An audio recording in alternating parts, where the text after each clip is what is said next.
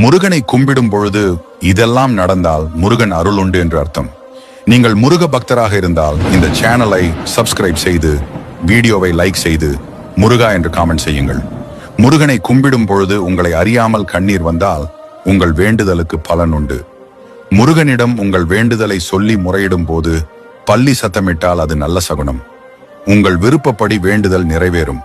நீங்கள் முருகனை கும்பிடும் பொழுது பச்சிளம் குழந்தை அழுதால் உங்கள் கோரிக்கைகள் ஏற்றுக்கொள்ளப்பட்டது என்று அர்த்தம். சிலர் இதை தவறாக புரிந்து கொள்கிறார்கள். அது தவறு.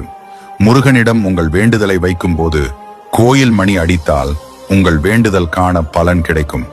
தீப ஆராதனை செய்யும் போது கண்களை மூடிக்கொள்ளக்கூடாது. கண்களை திறந்து முருகனை காண வேண்டும். பிறகுதான் உங்கள் வேண்டுதல்களை முருகனின் முன்பு சமர்ப்பிக்க வேண்டும். உங்களது வாழ்க்கையில் எந்த முன்னேற்றமும் வரவில்லை என்றாலோ உங்களது கஷ்ட காலத்திலிருந்து தப்பிக்க கால தோஷத்தை நீக்க 62 அடி நாகநாதசாமி கோவிலில் இருக்கும் 12 கால பைரவர்களை ஒருமுறை சென்று வழிபட்டு வாருங்கள். அந்த கோவிலை பற்றி ஒரு முழு வீடியோவாக பதிவிட்டுள்ளேன். விருப்பமுள்ளவர்கள் கீழே உள்ள லிங்கை கிளிக் செய்து வீடியோவை முழுமையாக பாருங்கள்.